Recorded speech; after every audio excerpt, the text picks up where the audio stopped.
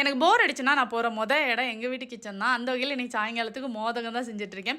இது ஒரு ஊர் சைடில் ஒரு மாதிரி சொல்கிறாங்க. சுயம் உருண்டை, சுழியும் இந்த மாதிரிலாம் சொல்கிறாங்க.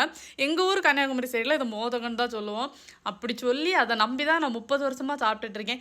என்ன பேர் இருந்தால் என்ன, நல்லா இருக்கா பொறிச்சு சாப்பிட்ற வேண்டியதான். இது ரொம்ப ஹெல்த்தியும் கூட, ஏன்னா பச்சை பயிரில் செய்கிறோம்ல. நானும் என் மோனும் பார்த்திங்கன்னா ரொம்ப செலக்ட் பண்ணி சாப்பிடக்கூடிய ஆள். எங்களுக்கே இது ஃபேவரட்லாம் பார்த்துக்கோங்களேன். செய்யும்போதே பார்த்திங்கன்னா கொஞ்சம் ஜாஸ்தி செஞ்சுருவேன். அதை பார்த்தோன்னே அத்தை வந்துட்டு ஒன்று கேட்பாங்க, எதுக்குமா இது இவ்வளோ செஞ்சது, யாருமா சாப்பிடுவா அப்படின்ட்டு.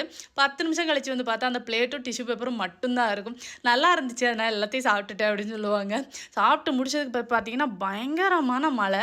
ஒன்றுலே நல்ல மழை, இல்லைன்னா நல்ல வெயில். கடவுள் வந்து கரெக்டாக கிளைமேட் டிசைன் பண்ணலை அப்படின்னு சொல்லிட்டு இருந்தேன். கடவுள் எல்லாத்தையும் கரெக்டாக தான் டிசைன் பண்ணியிருக்காரு.